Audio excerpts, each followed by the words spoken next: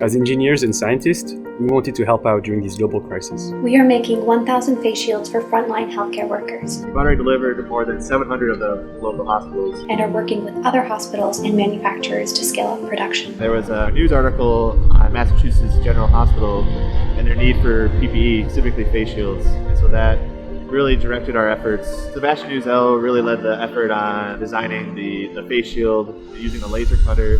Sandlin led the effort in organizing personnel to manufacture these in our lab, as well as helped with designing the strap aspect of the face shield. And then for me, I was really involved in coordinating with hospitals, getting our prototypes in the hands of clinicians, getting feedback from the clinicians. And so that involved me driving to hospitals, meeting with clinicians, and reviewing our prototypes with them and getting feedback. We're just doing our part to make a small contribution to this very large problem, and we hope that our face shields that we've produced can be of help to the frontline healthcare workers.